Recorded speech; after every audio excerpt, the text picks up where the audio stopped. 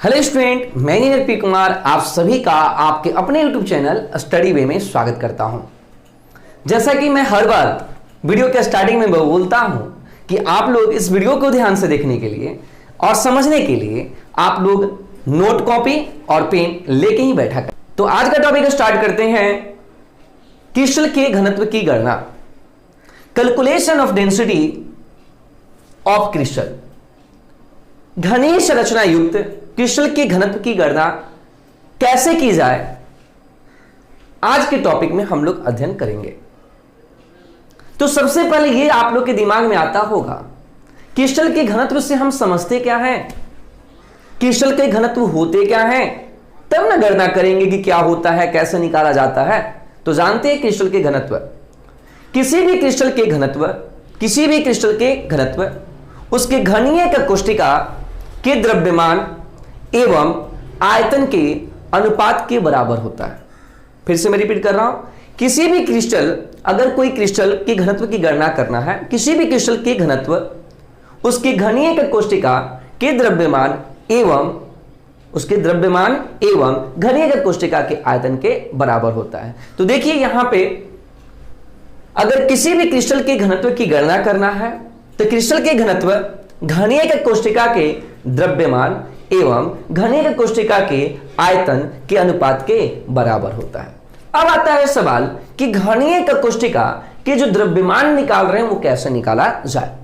तो किसी भी क्रिस्टल के द्रव्यमान अगर निकालना है, किसी भी घनीय संरचना युक्त क्रिस्टल के द्रव्यमान निकालना है तो कैसे निकाला जाए। तो किसी भी घनीय संरचना युक्त क्रिस्टल के जो द्रव्यमान होते हैं उसमें उपस्थित परमाणुओं की संख्या एवं एक परमाणु के द्रव्यमान के गुणनफल के बराबर होते हैं। मैं फिर से रिपीट कर रहा हूं, क्रिस्टल जो घनीय संरचना युक्त क्रिस्टल है उसके कुल जो द्रव्यमान होते हैं वो घनीय एकक कोष्टिका में उपस्थित परमाणुओं की संख्या एवं एक परमाणु के द्रव्यमान के गुणनफल के बराबर होता है। अब आता है कि एक परमाणु का द्रव्यमान कैसे निकाला जाए, एक परमाणु का द्रव्यमान कैसे ज्ञात किया जाए।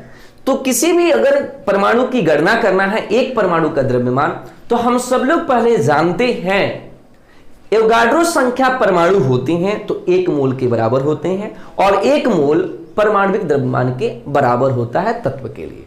तो जानते हैं एक परमाणु का अगर द्रव्यमान ज्ञात करना है, इसलिए एक परमाणु का जब द्रव्यमान ज्ञात करेंगे, एक परमाणु का द्रव्यमान तो क्या हो जाएगा, एक परमाणु का द्रव्यमान परमाणुविक द्रव्यमान बटा में एवोगाड्रो संख्या, एक परमाणु का द्रव्यमान परमाणुविक द्रव्यमान बटा में क्या हो जाएगा, एवोगाड्रो संख्या। तो ये निकल गया हमें घनीय एकक कोष्टिका का द्रव्यमान। कैसे, तो फिर से समझ ले, परमाणुओं की संख्या हो गया Z और ये निकल गया एक परमाणु का द्रव्यमान, वहां रख दिए तो क्या हो जाएगा, घनीय का कोष्टिका के द्रव्यमान बराबर Z गुणे परमाणुविक द्रव्यमान बटा में एवोगाड्रो संख्या।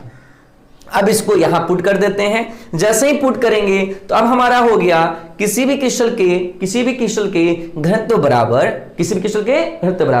घनीय का कोष्टिका के द्रव्यमान बटा में घनीय का कोष्टिका के आयतन। तो अब द्रव्यमान को रखिए तो क्या हो जाएगा, द्रव्यमान बराबर घनीय का कोष्टिका के द्रव्यमान Z गुणे क्या हो गया, Z क्या है परमाणुओं की संख्या, Z गुणे परमाणुविक द्रव्यमान को क्या माने हैं हम लोग, M, और बटा में एवोगाड्रो संख्या को Na और बटा में आयतन कैसे, घनीय का कोष्टिका के जो आयतन होते हैं, घनीय का कोष्टिका के आयतन क्या होते हैं, AQ, घनीय का कोष्टिका के आयतन क्या हो जाएंगे, AQ, भुजा का Q, कोर का Q।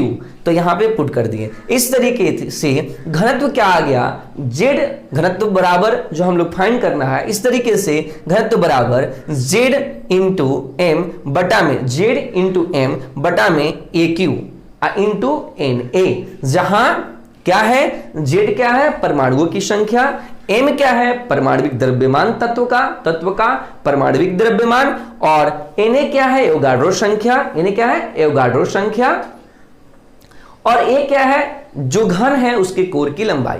न्यूमेरिकल को सॉल्व करते समय इसमें एक बात हमेशा ध्यान रखना है कि घनत्व जो होगा वो ग्राम पर सेंटीमीटर क्यूब होगा।